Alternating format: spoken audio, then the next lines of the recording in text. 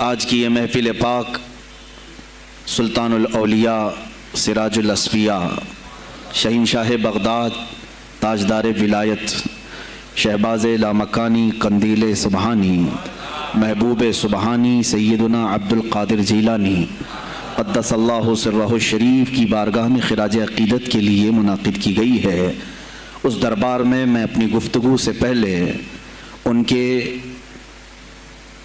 عظیم عاشق جس کو دنیا سنیت فنا فی الغوث اور مجدد میت حاضرہ کے نام سے جانتی ہے، امام احمد رضا خان قادری فاضل بریلوی رضی اللہ تعالیٰ عنہ کی جو خراج عقیدت پیش کی ہوئی منقبت ہے، اسی سے میں بارگاہ غوث میں اپنی گفتگو کا آغاز کرتا ہوں۔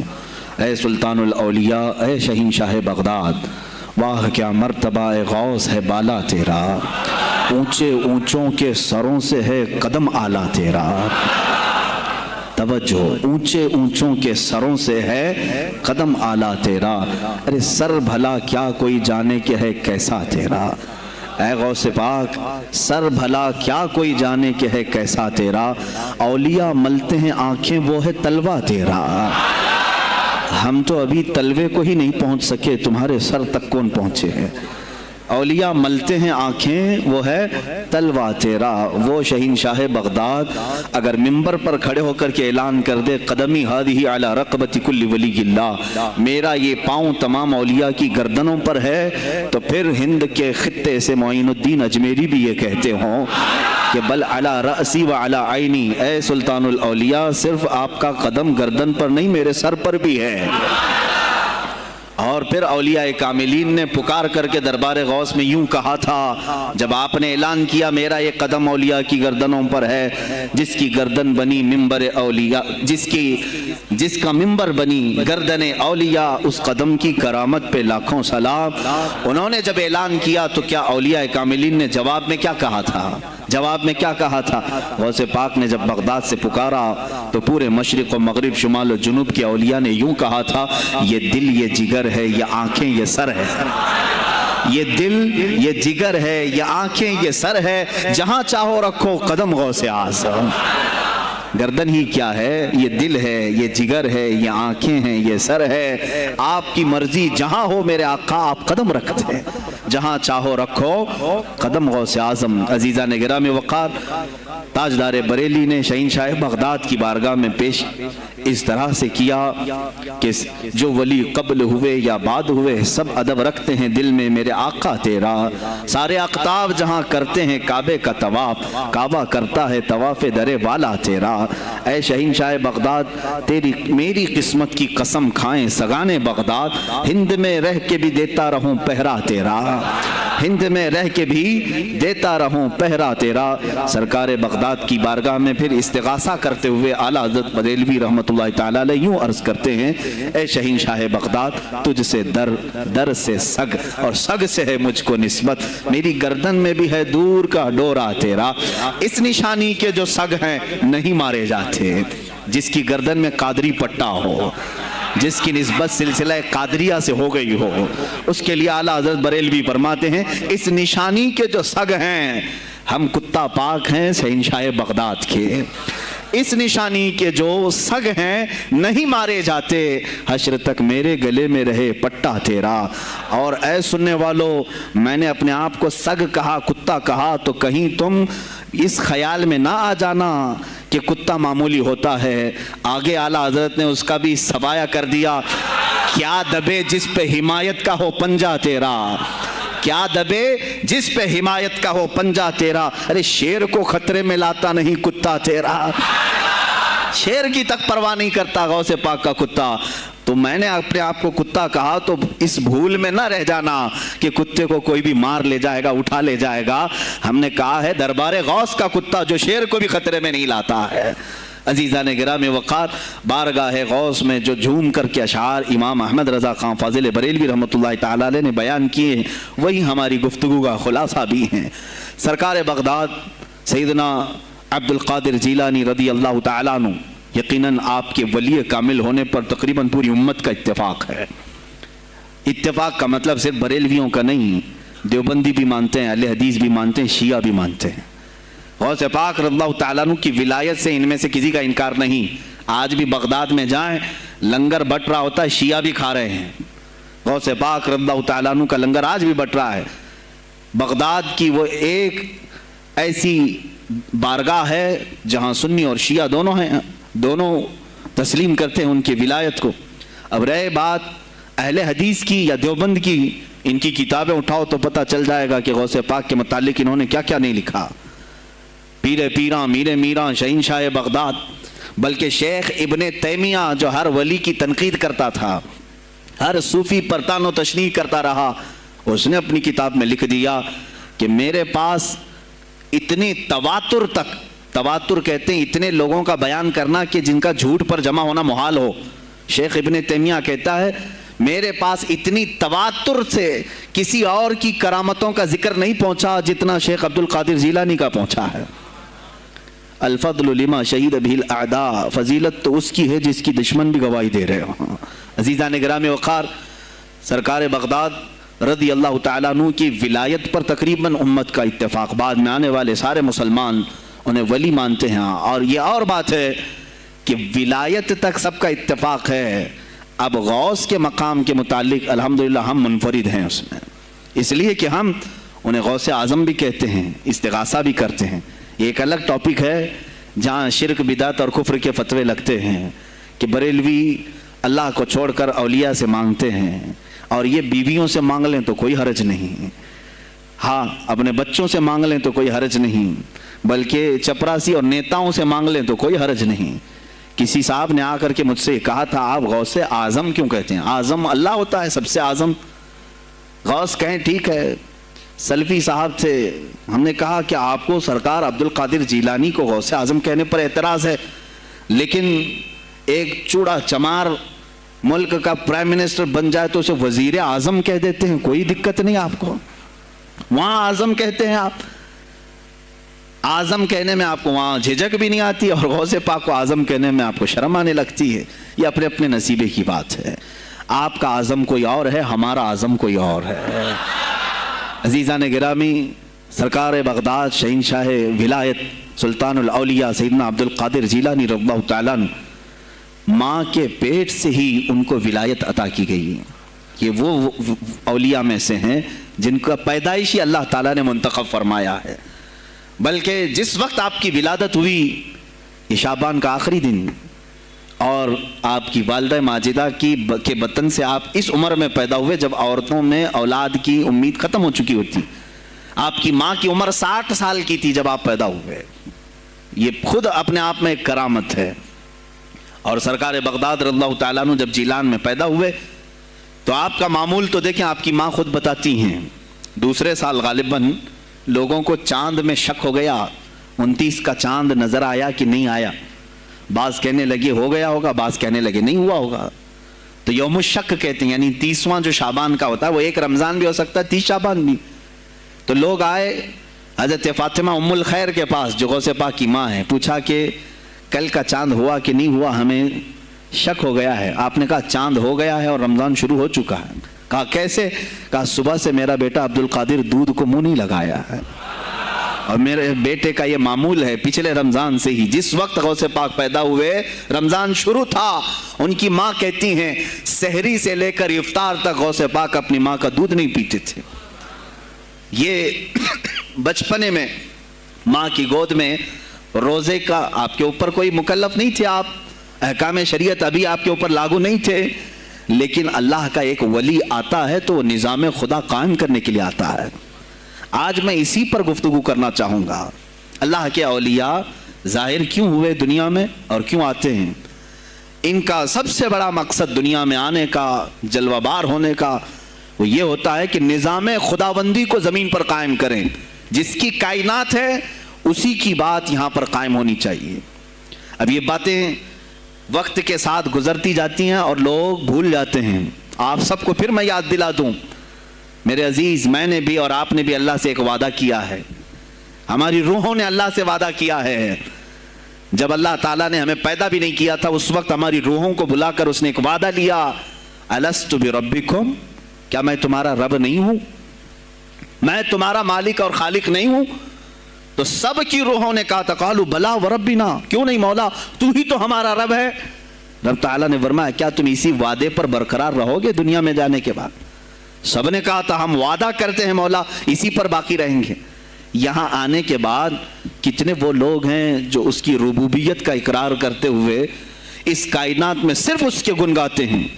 کفار و مشرکین تو وعدہ خلاف ہیں، توڑ دیے، انہوں نے اللہ کے علاوہ کسی اور کو خدا بنا لیا، لیکن تم نے اللہ اکبر تو کہا، زبان سے تو تم نے تسلیم کیا، لیکن تمہارا رہن سہن یہ بتاتا ہے کہ تمہارا مالک کوئی اور ہے، کسی اور کو راضی کرنے میں لگے ہوئے ہو، کسی اور کی دریوزہ گیری کر رہے ہو، کسی اور کی خوشامدی میں کھڑے ہوئے ہو، درباروں کے آستانوں کے دروازوں پر تمہارا کھڑا ہونا گھنٹوں پر کسی کو راضی کرنے کے لیے، یہ تمہارا عمل بتاتا ہے کہ تم نے رب اعلیٰ کو اکبر نہیں سمجھا۔ وعدہ تو تمہاری روحوں نے کیا تھا کہ تیرے سوا کسی کو ہم حاکم نہیں تسلیم کریں گے، حاکم اعلیٰ صرف اللہ ہے۔ اولیاء کاملین یہی بات یاد دلانے کے لیے آتے ہیں، پھر تمہیں یہ یاد دلانے کے لیے آتے ہیں، اور جس شان سے وہ دنیا میں آتے ہیں بچپن سے ہی ان کے حالات ایسے ہوتے ہیں کہ شریعت طاہرہ کی پابندی ان کے ہر قول و عمل میں نظر آتی ہے، ہر قول و عمل میں۔ اس لیے کہ ہم جس کی زمین پر ہیں اور جس کی آسمان کے نیچے ہیں، بات ہوگی تو صرف اسی کی ہوگی، بات ہوگی تو صرف اسی کی ہوگی۔ مجھے ایک بات یاد آتی ہے، سرکار مفتی اعظم ہند رحمۃ اللہ تعالیٰ علیہ، آپ کے سامنے کوئی صاحب تقریر کر رہے تھے، یہ زمین سب کی ہے، ان کی بھی ہے، ان کی بھی ہے، ان کی بھی ہے۔ آپ نے کہا چپ رہو، زمین اللہ کی ہے اور صرف اللہ کا نام ہو۔ یہ سب کی ہمت نہیں بولنے کی، زمین اللہ کی ہے اور اللہ ہی کا یہاں پر اللہ ہی کی بولی بولی جائے، اسی کے لیے زیب دیتا ہے۔ جس کے گھر میں رہ رہے ہو اسی کی بات کرو۔ عزیزان گرامی وقار، سرکار بغداد، ان کی کرامات اپنی جگہ پر، لیکن ان کی زندگی کے کچھ اہم گوشے میں لے کر آج حاضر ہوں۔ آج ہمارے حالات کے اعتبار سے بھی ضرورت ہے اس کی۔ جب آپ پروان چڑھتے رہے اپنی ماں کی گود میں، بہت جلدی آپ کے والد گرامی کا انتقال ہو گیا۔ آپ سے خود پوچھا گیا تھا غوث پاک سے، آپ کی جوانی میں یا جب آپ کا شہرہ بغداد میں بہت ہو گیا تب پوچھا گیا تھا آپ کو اپنے ولی ہونے کا احساس کب ہوا؟ غوث پاک سے ہی پوچھا گیا تھا آپ کو کب پتہ چلا اللہ نے آپ کو ولایت کا یہ مقام عطا کیا؟ آپ فرماتے ہیں جب میں 10 سال کا تھا، مدرسے جاتا تھا تو غیب سے ایک آواز آتی تھی، افصحوا فی المجالس لولی اللہ۔ غیب سے آواز آتی تھی اے لوگوں مجلس میں جگہ چھوڑ دو، اللہ کا ولی آ رہا ہے۔ یہ آواز صرف میں نہیں، میرے استاد بھی سنتے، وہاں بیٹھے شاگرد بھی سنتے، اور سب کھڑے ہوتے تھے، جگہ دیتے تھے۔ غوث پاک فرماتے ہیں جب ہر بار مجھے یہ آواز آنے لگی تب مجھے احساس ہوا کہ اللہ تعالیٰ نے مجھے ولایت کا تاج پہنایا ہے۔ پھر آپ کو لہو و لعب میں، کھیل کود میں نہیں رکھا گیا۔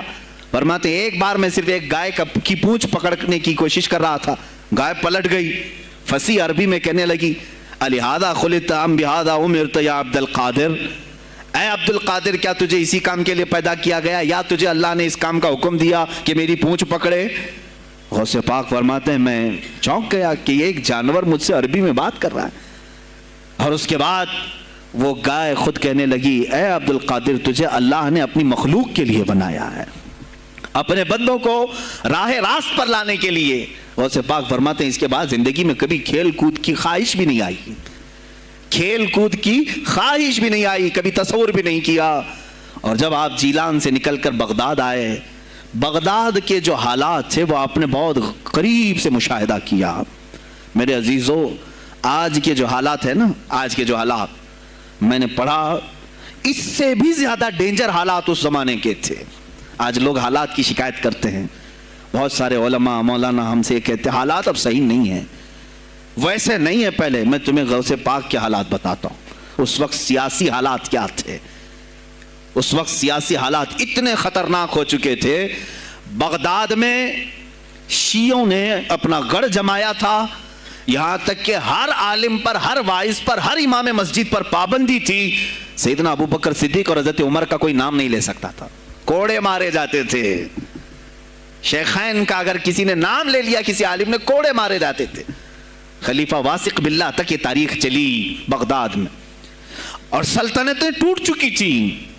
سیاسی حالات اس قدر خراب ہو چکے تھے، چھوٹی چھوٹی ٹکڑیوں میں بٹ چکے تھے مسلمان۔ مصر کی طرف دیکھیں تو فاطمی حکومت قائم ہو گئی تھی، وہ اپنے آپ کو فاطمی کہہ رہے تھے۔ بغداد میں عباسی خاندان حکومت کر رہا تھا، اور وہ بھی سمٹ کر کے صرف بغداد کے اطراف رہ گئی بس۔ پھر ترکی کی طرف دیکھیں تو سلجوکی خاندان تھا، ایک ایک ٹکڑا حکومت کر رہا تھا، اور یہی آپس میں دست بگریباں تھے، ایک دوسرے سے لڑ رہے تھے۔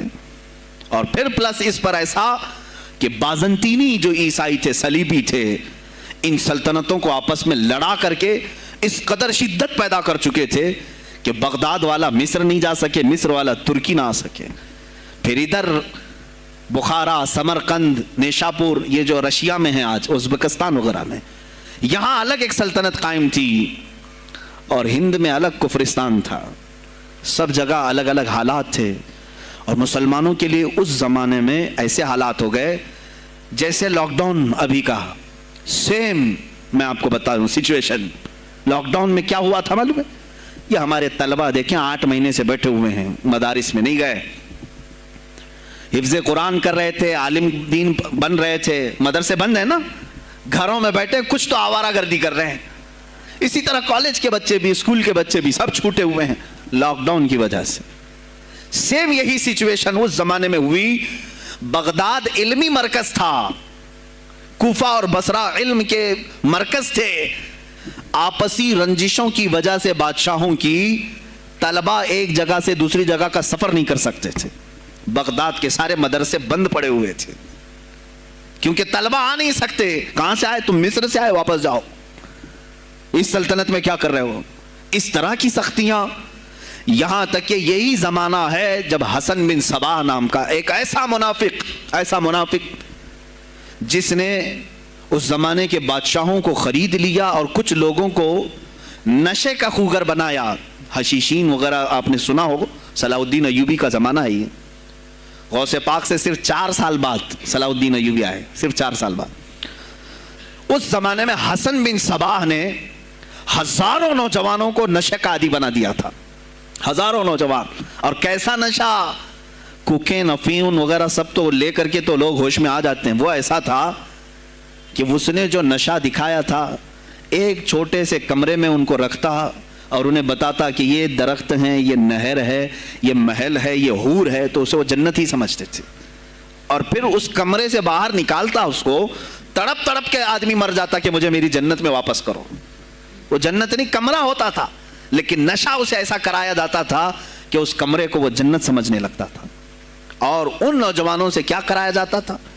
ان کو نشے کا عادی بنا کر کے باہر نکالا جاتا، انہیں ٹارگٹ دیا جاتا، فلاں مجلس میں جاؤ، فلاں خلیفہ کو قتل کرو، فلاں وزیر کو مارو، فلاں سپاہیوں کو مارو، فلاں عالم دین کا قتل کرو۔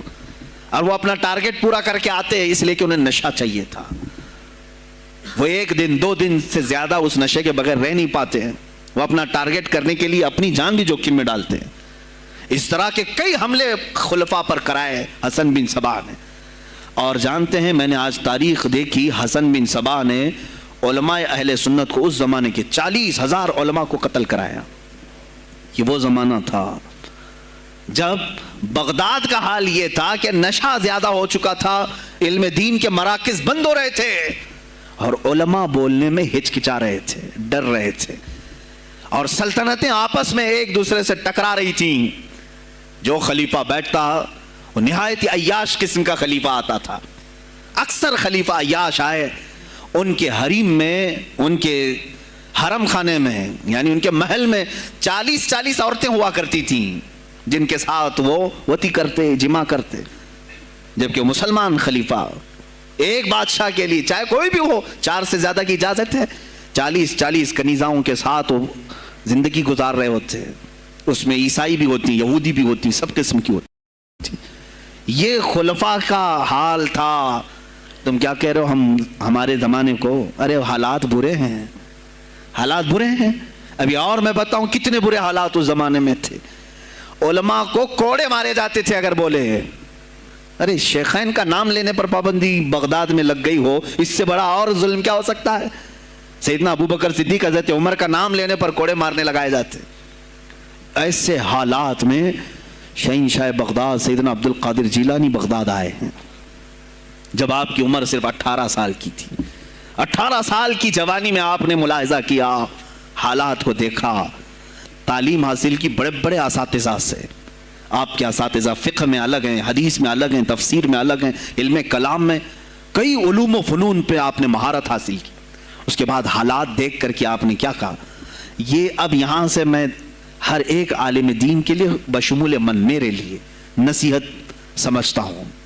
غور سے سن لیں. غوث پاک رضی اللہ تعالیٰ عنہ کی زندگی میں ایک موڑ ایسا آیا، اور شاید میں نے بھی کبھی کئی مرتبہ اس طرح سوچا ہے، میں کمپیئر نہیں کر رہا ہوں، لیکن سنیں، حالات کو دیکھ کر کے غوث پاک نے جنگل کا رخ اختیار کر لیا. کیا لینا دینا ہے اس دنیا سے؟ اور آپ خود فرماتے ہیں کہ میرے دل میں یہ ارادہ تھا نہ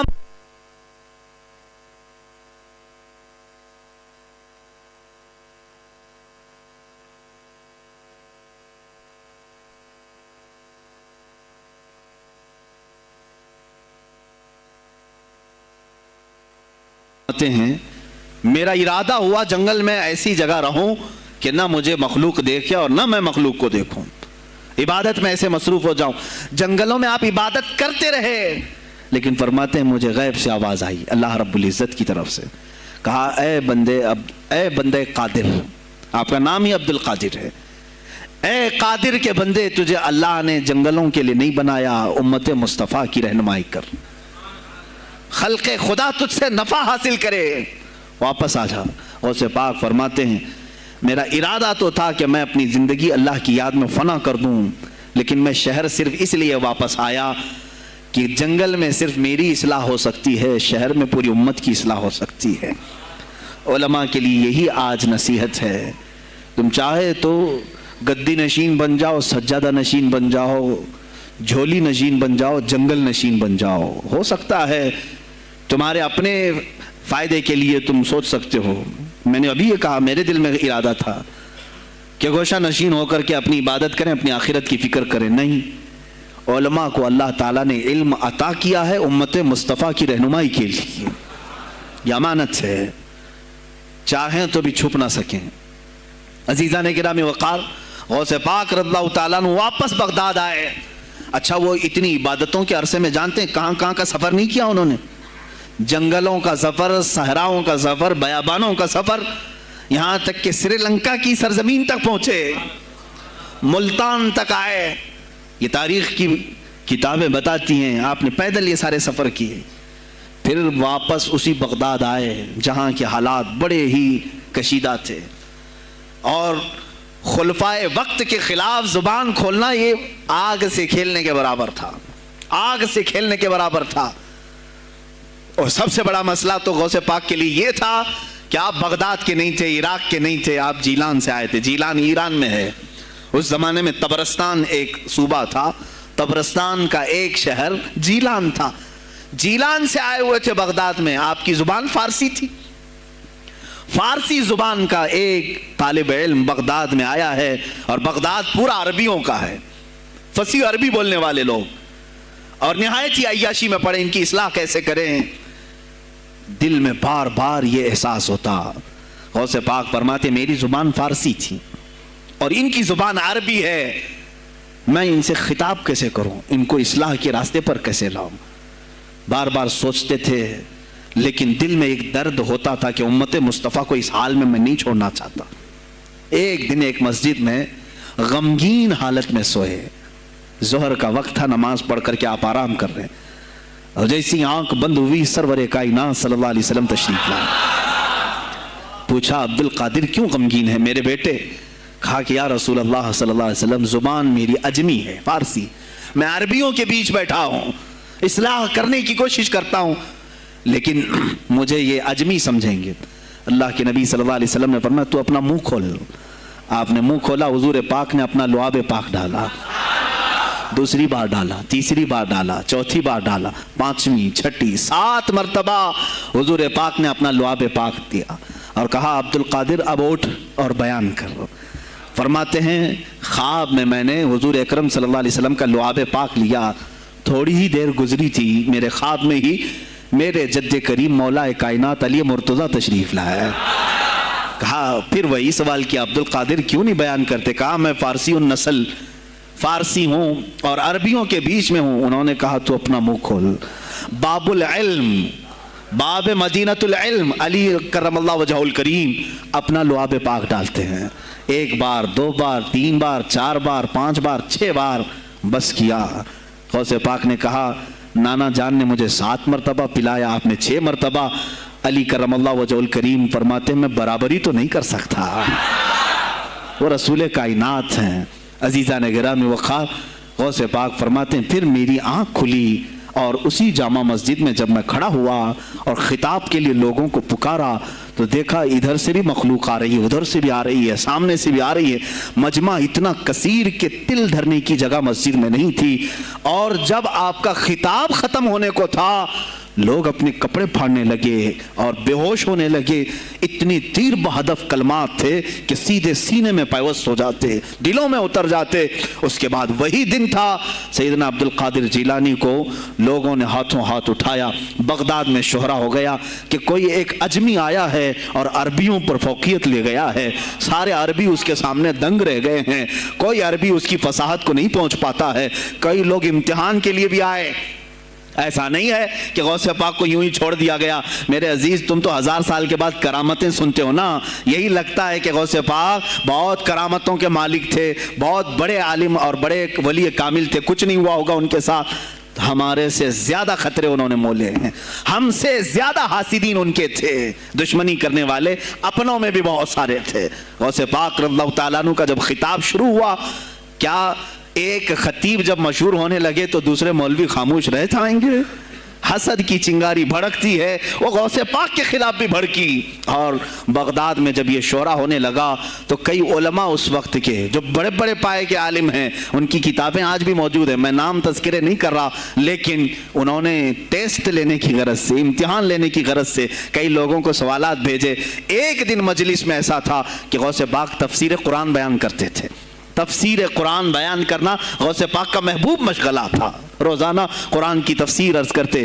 ایک دن مجلس میں بڑے بڑے علماء کی جماعت، جس میں عبد الرحمن جوزی جیسے بڑے فقیہ محدث ہیں، ان کی ایک جماعت آئی. قرآن کی جو آیت کی تفسیر وہ کر رہے تھے، اس تفسیر کو کئی کتابوں سے انہوں نے اخذ کیا اور لے کر کے آئے. مجمع میں بیٹھے ہیں، غوث پاک نے تفسیر شروع کی. ایک آیت کی کتنی تفسیریں ہو سکتی ہیں، کتنی تفسیریں ہو سکتی ہیں. ایک تفسیر بیان کیا، اس کے بعد کہا اس آیت کی ایک دوسری تفسیر یہ ہے.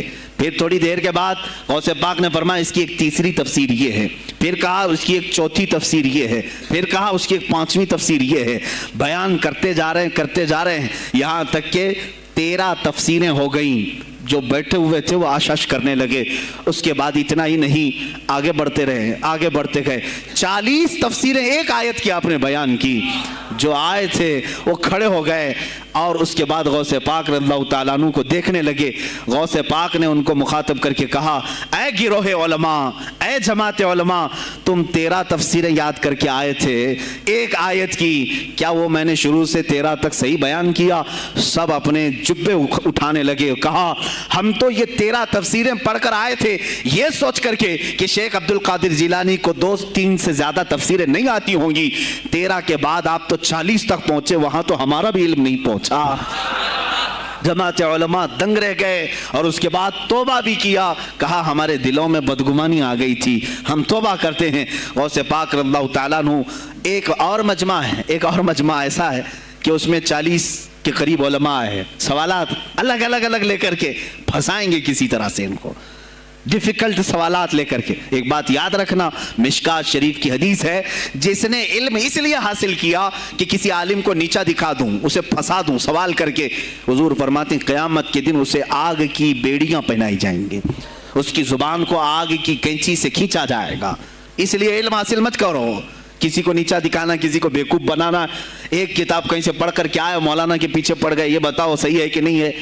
پھر اگر اس مولانا صاحب کی دماغ میں اس وقت وہ مسئلہ نہیں تھا، انہوں نے کہا نہیں معلوم، تو آپ کو لگا کہ ہاں میرے سے زیادہ تو ان کو بھی نہیں معلوم.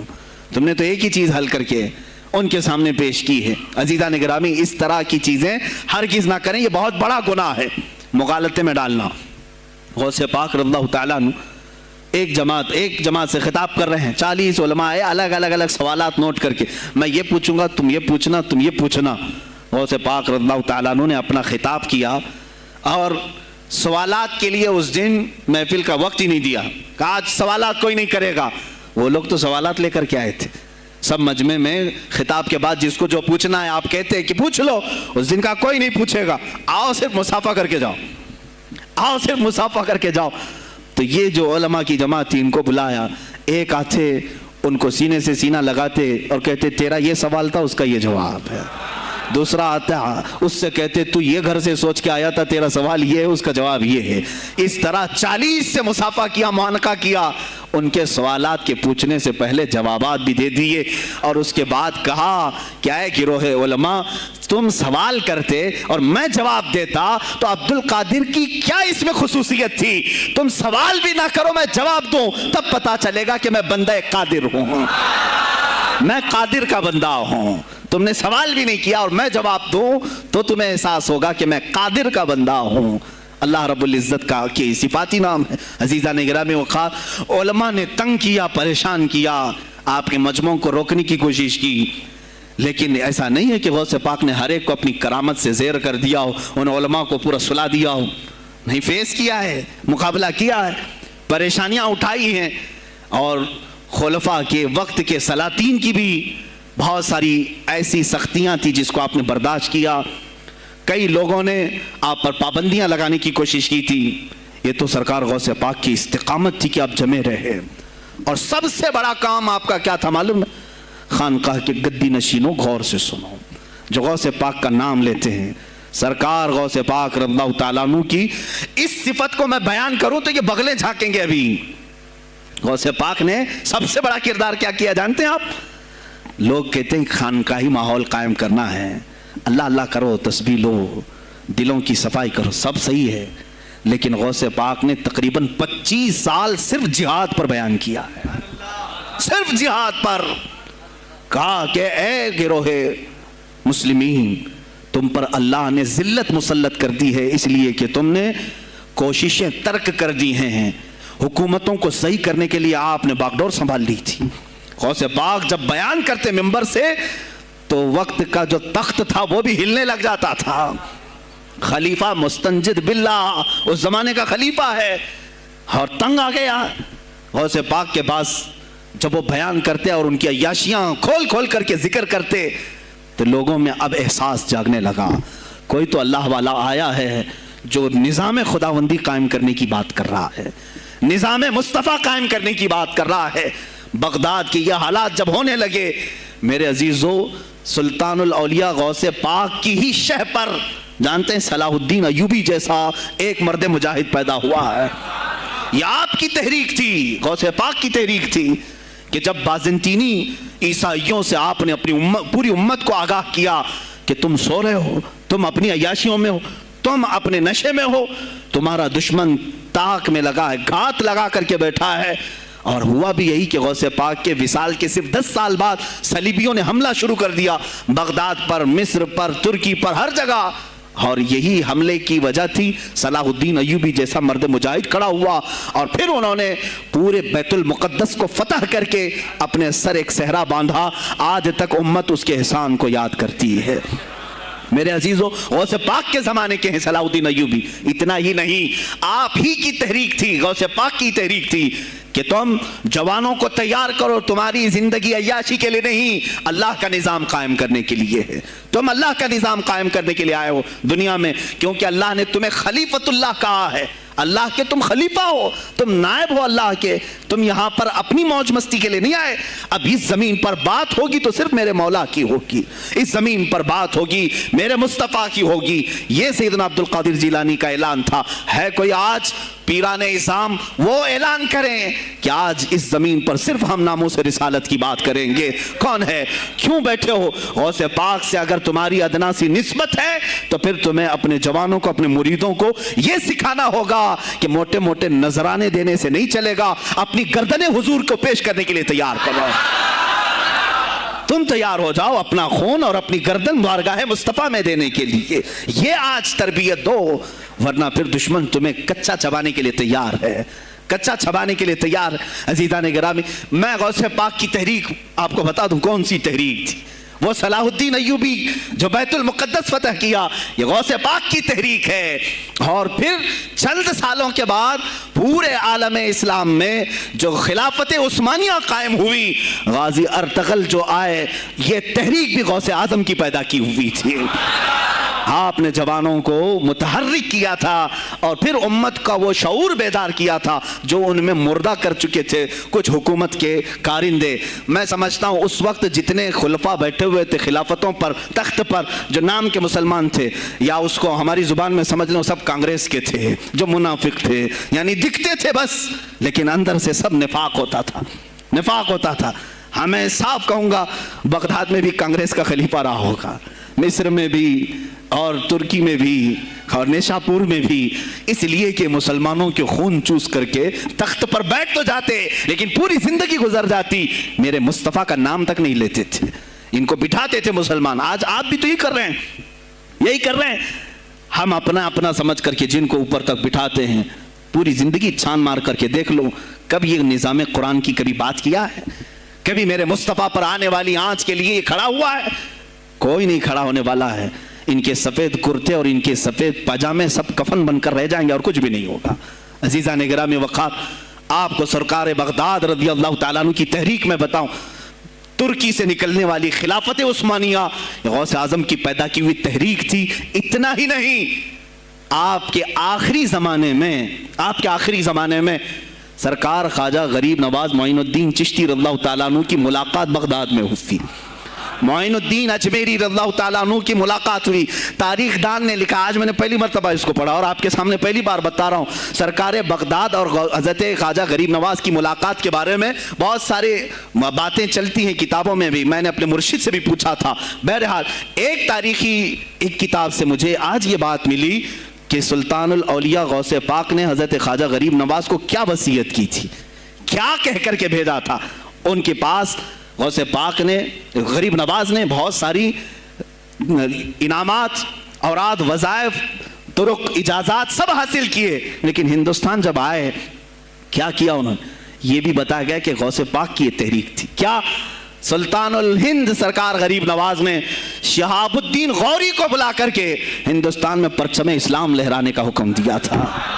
یہ تحریک بھی سرکار غریب نواز نے لائی تھی بغداد کے ولی کامل سے. تم کیا سمجھتے ہو یہ اولیاء خالی مسلح لے کر کے گھومتے تھے؟ یا اولیاء اکرام صرف گدی نشین تھے؟ نہیں میرے عزیزو, یہ حکومت وقت کو آنکھ میں آنکھیں ڈال کر بات کرتے تھے اور پھر نظام مصطفیٰ کی بات للکار کر کے کرتے تھے. آج کے زمانے میں کچھ لوگوں نے اولیاء کو ایسا پیش کیا ہے جیسے وہ درویش بس جنگل میں رہتے تھے اور کچھ نہیں. نہیں میرے عزیزو, وہ اللہ کے شیر تھے, اللہ کے شیر تھے. اسی لیے تو اقبال نے کہا ہے اللہ کے شیروں کو آتی نہیں روباہی. وہ کبھی لومڑی پن کا انہوں نے اپنے آپ میں اظہار ہی نہیں کیا کہ نہیں یہ بھی چلے گا وہ بھی چلے گا, کبھی نہیں. وہ گرجتے تھے اپنے تخت پر, اپنی خانقاہوں پر. دیکھیں خلیفہ مستنجد باللہ, ابو المظفر اس کو کہتے ہیں, بغداد کا وہ خلیفہ, عباسی خلیفہ, بڑا طاقتور, اور اسی کے زمانے میں غوث پاک ہیں. ایک فارس سے آنے والے اجمی عبد القادر, شیخ عبد القادر, جب بغداد کی جامع مسجد میں بیان کر رہے ہوں, در و دیوار ہل رہے ہیں. وہ اپنے خلافت کے دربار میں بیٹھا ہے خلیفہ, اچانک بہت زور کی آواز آئی, پورے محل میں گونج گئی. پوچھا یہ آواز کیسی بغداد میں؟ لوگوں نے معلوم کر کے بتایا کہ شیخ عبد القادر جیلانی نے چھینک ماری, ان کے مریدوں نے صرف جواب دیا ہے. ان کو چھینک آئی تھی, جواب میں لوگوں نے یرحمک اللہ کہا, وہ خلیفہ وقت کے محل تک پہنچ گئی آواز. تو اس نے کہا یہ تو پورا ہلا دینے کی بات ہے. ایک بات یاد رکھو میرے عزیزو, آواز ہو سکتا ہے تمہاری مسجد سے باہر جائے نہ جائے, تمہاری آواز کا دار و مدار تمہارے گلے پر نہیں ہے. ایک بار تم پکارو گے, پہنچانا میرے مولا کا کام ہے. اب ہماری آواز کہاں کہاں تک پہنچتی ہے, کس کے ٹائر پھٹتے ہیں, یہ سب بات کی بات ہے. تم پکار کر کے تو دیکھو اللہ رب العزت کے نام پر. عزیزان گرامی وقار, مستنجد باللہ آیا اور وہی کیا جو ہر عیاش کرتا ہے. ظاہر سی بات ہے, مولوی صاحب کچھ لے دے کے چھوڑ دو, جان بخش دو, جاؤ کہیں بیٹھو, آپ اللہ اللہ کرو. کہاں یہ حکومت سیاست کی باتوں میں آپ آ گئے؟ چند دنوں پہلے میں نے بھی سیاست کی بات کی تو مجھے بھی ایک مشورہ ایسا ہے کہ آپ کو انٹرسٹ ہے ایم پی بننے کا, ایم ایل اے بننے کا؟ میں نے کہا مجھے انٹرسٹ تو نہیں ہے لیکن کرسی صاف کرنے کا انٹرسٹ بہت ہے, اس پر جو کچرا ہے اس کو صاف کرنے کا انٹرسٹ بہت ہے. انشاءاللہ العزیز وقت آئے گا وہ صاف ہوں گی بھی. عزیزان گرامی, مستنجد باللہ 10 اشرفیوں کی تھیلیاں لے کر سننے کی غوث پاک کے دربار میں آئے. آپ مریدین کے ساتھ بیٹھے, ارے وہ حال و قال کی مجلسیں ہیں. مستنجد باللہ آیا غوث پاک کی بارگاہ میں, کہا کہ حضور آپ قبول کر لیں, نذرانہ ہے. آپ نے کہا تو رکھ لے اپنا نذرانہ, تو اپنے پاس رکھ لے. کہا کہ ہدیہ قبول کرنا سنت ہے, آپ سنت کے خلاف کرتے ہیں. غوث پاک نے کہا اللہ ایک تھیلی لیا اور اپنے بغل میں دبا کر کے اس کو نچوڑنا شروع کیا تو اس سے خون ٹپکنا لگا. خون اتنا ٹپکنے لگا تو حاضرین مجلس دم بخود رہ گئے. خلیفہ مستنجد باللہ بھی دیکھ رہا تھا. غوث پاک نے فرمایا ابھی تو یہ ایک تھیلی ہے, میں 10 کو نچوڑوں گا تو یہ خون تیرے دربار تک پہنچ جائے گا, تیرے دربار تک پہنچ جائے گا. تو مجھے وہ اشرفیاں دینے آیا ہے جو تو نے غریبوں کے مال کو چوس کر کے حاصل کیا, تو مجھے خریدنے کے لیے آیا ہے. اگر مجھے تیرے خاندان کی حرمت کا خیال نہ ہوتا تو میں آج پورے بغداد کی نالیوں میں اسی کا خون بہاتا. خلیفہ مستنجد باللہ بے ہوش ہو گیا, اور اس کے بعد جب ہوش آیا اس نے توبہ کیا اور آپ کے ہاتھ پر بیعت بھی کیا. اب اس کے بعد وہ خلیفہ ایسا پاک ہوا, نظر غوث جو پڑھی. اب اس کے بعد دربار خلافت کے حالات کیا ہو گئے سنیں. میں آج سیاست پر بات کر رہا ہوں. اب خلیفہ مستنجد باللہ کا دل جب صاف ہوا, 8 دن کے بعد وہ حاضر آیا. کہا سلطان الاولیاء اے شیخ عبد القادر جیلانی, آپ حکم فرمائیں کہاں کس طرح کا گورنر رکھنا چاہیے, گورنر کس طرح کا ہونا چاہیے آپ دیں. غوث پاک نے اپنے خلفاء کو حکم دیا کہ لسٹ بنائی جائے, اسلامی سلطنت میں گورنر کون ہوگا. لسٹ بنی. کہا وہ ہوگا جس کی تہجد قضا نہیں ہوتی, وہ گورنری پر آئے گا جو سنت رسول کو ہلکا نہیں سمجھتا ہوگا, وہ گورنری پر آئے گا جس کی نمازیں کوئی قضا باقی نہ رہی ہوں, اس لیے کہ جو اللہ کا قرضہ باقی رکھے گا وہ لوگوں کا بھی مال کھا جائے گا. آپ نے لکھایا نام, خلیفہ مستنجد باللہ نے آپ کے اشارے پر گورنر پورے تبدیل کر دیے. ہر جگہ پر ایسے لوگوں کو رکھا جو سرکار غوث پاک کے یا تو مرید تھے یا خلیفہ تھے یا شاگرد تھے, اور ان کے دلوں میں اللہ کا خوف تھا, اور وہ پورے بغداد اور آس پاس کی سلطنتوں کو سنبھالے ہوئے تھے. ایک وقت ایسا آیا کہ وہی چند سال پہلے جو بغداد نشے میں ڈوبا ہوا تھا, 10 سالوں کے بعد لوگ کہنے لگے کہ آج بغداد ایسا لگ رہا ہے جیسے عمر بن خطاب کا زمانہ آ گیا ہو, عمر بن خطاب کا زمانہ آیا ہو. تم نے تو غوث پاک کی 11ویں کھائی ہے نا, اصلاح حکومت ان سے نہیں سیکھا. وہ آئے تھے نظام تبدیل کرنے کے لیے. آج میں علماء سے بھی یہی کہوں گا, تم حق بات تو پہنچاؤ قوم تک. آج حالات ایسے ہیں میرے عزیزوں, ڈر اور خوف ان کے سینوں پر طاری ہوا. کس بات سے ڈرتے ہو؟ کیا تم نے اللہ کی ذات پر ایمان نہیں لائے؟ یہ نہیں کہتے ہو موت و حیات اللہ کے ہاتھ ہے, رزق اللہ کے ہاتھ ہے, پھر ڈرتے حکومت وقت سے کیوں؟ مجھے ابھی چند دنوں پہلے ایک میسج یہ بھی آیا تھا کہ حضرت آپ تو پاکستان کے علامہ خادم حسین کی تعزیت پر بیان کر رہے ہو, آپ دیکھ نہیں رہے یہاں کا ماحول کیسا ہے. عزیزان گرامی, اس دن مجھے افسوس اس بات پر ہوا, سوال پر, ہائے افسوس, اس قدر تمہارے ضمیر مردہ ہو گئے, اس قدر تم بزدل ہو گئے. لاکھوں لوگوں کے دلوں میں شمع عشق مصطفیٰ جگانے والے پر تمہاری زبان بند ہے, تمہاری زبان بند ہے. میں نے صرف ایک جملہ کہا, کوئی فرق نہیں پڑتا, میں اس ملک میں رہ رہا ہوں جہاں کا پرائم منسٹر ایک سور خبیث فرانس کے صدر کے لیے ٹویٹ کر سکتا ہے, تو میں پڑوسی ملک کی کسی عاشق رسول کی تعزیت کیوں نہیں کر سکتا؟ کیوں نہیں تعزیت کر سکتا؟ اگر ہندوستان کی تخت پر بیٹھنے والے کو فرانس کے صدر سے کوئی دلی عشق ہے, محبت ہے, تم اس کی معشوقہ ہو یا محبوبہ ہو, مجھے فرق نہیں پڑتا, لیکن اتنا ضرور ہے عاشق رسول مشرق میں ہو, شمال میں ہو, جنوب میں ہو, مغرب میں ہو, جب اس کی روح جائے گی تو ہماری بھی روح تڑپے گی, ہماری ڈور بندھی ہوئی ہے مدینۃ الرسول سے. میرے آقا صلی اللہ علیہ وسلم کی جو بات کرے گا وہ پھر کسی بھی ملک کا باشندہ ہو. تم کہتے ہو تعزیت کے لیے, ارے میرے عزیز اگر میں سامنے ہوتا تو اس کے قدموں کی خاک میں اپنے امامے پر رکھتا.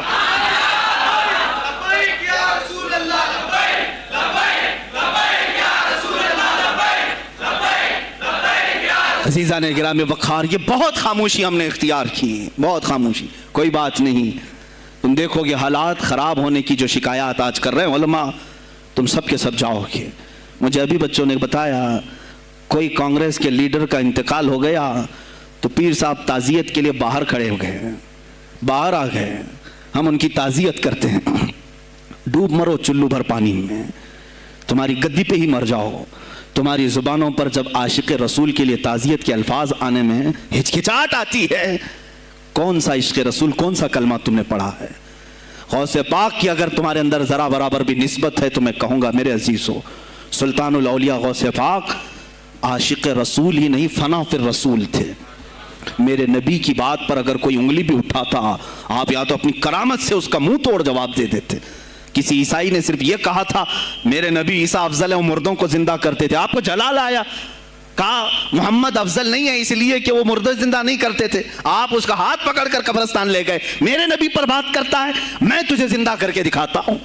اپنی کرامت سے مردے کو زندہ کر کے دکھایا. اب بول کون افضل ہے, عیسیٰ افضل ہے کہ میں افضل ہوں؟ تو نے تو عیسیٰ علیہ السلام کو مردے زندہ کرتے دیکھا تو نہیں, لیکن عبد القادر کو سامنے دیکھا.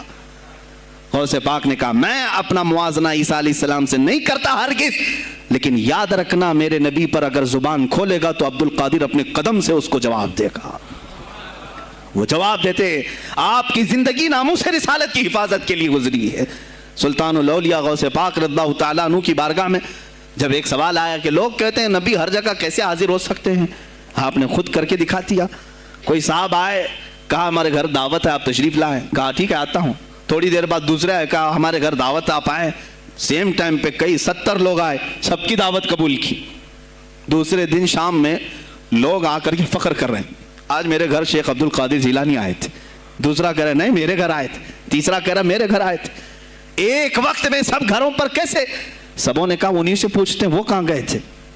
جب لوگ آئے تو سننے میں یہ آتا ہے کہ آپ ایک درخت کے نیچے بیٹھے تھے.